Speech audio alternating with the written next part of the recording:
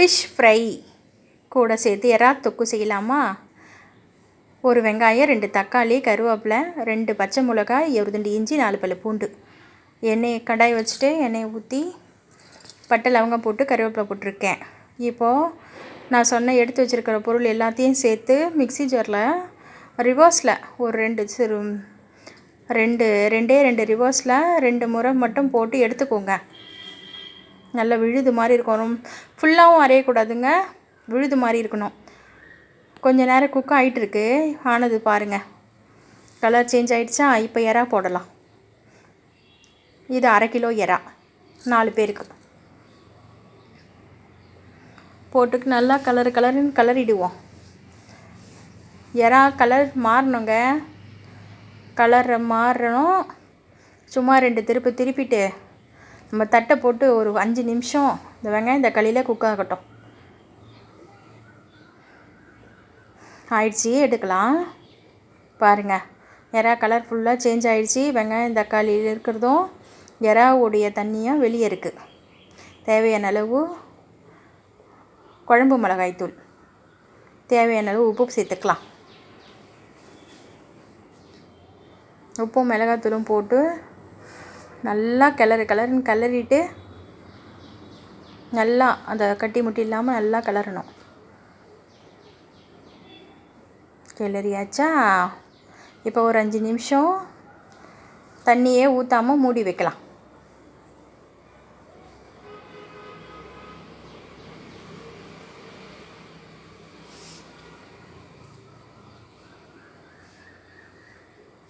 அஞ்சு நிமிஷம் குக் ஆனால் போதும்.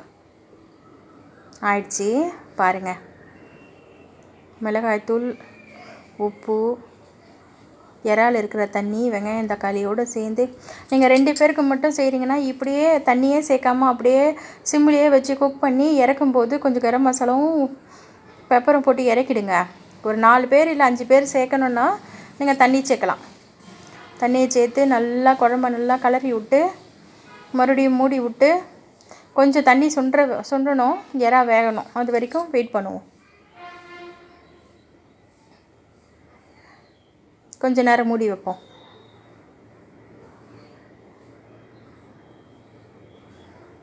அதுக்குள்ளேயே நம்ம பொரித்து வச்ச ஃபிஷ் ஃப்ரை பாருங்கள். எண்ணெய்லாம் ஓரமும் ஒதுங்கிடுச்சா? இப்போது 3/4 வேக்காடு ரெடி ஆயிடுச்சு.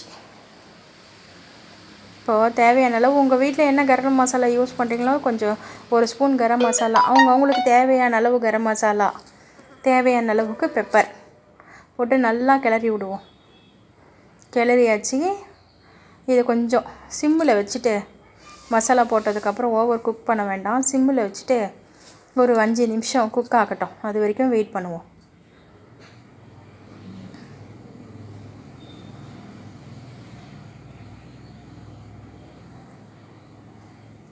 5 மினிட்ஸ் மட்டும். 5 மினிட்ஸ் ஆயிடுச்சு. இப்போ பாருங்கள், கமன்னு வாசனை தூக்குதுங்க. இப்போ தேவையான அளவு கொத்தமல்லி, புதினா வேண்டாங்க.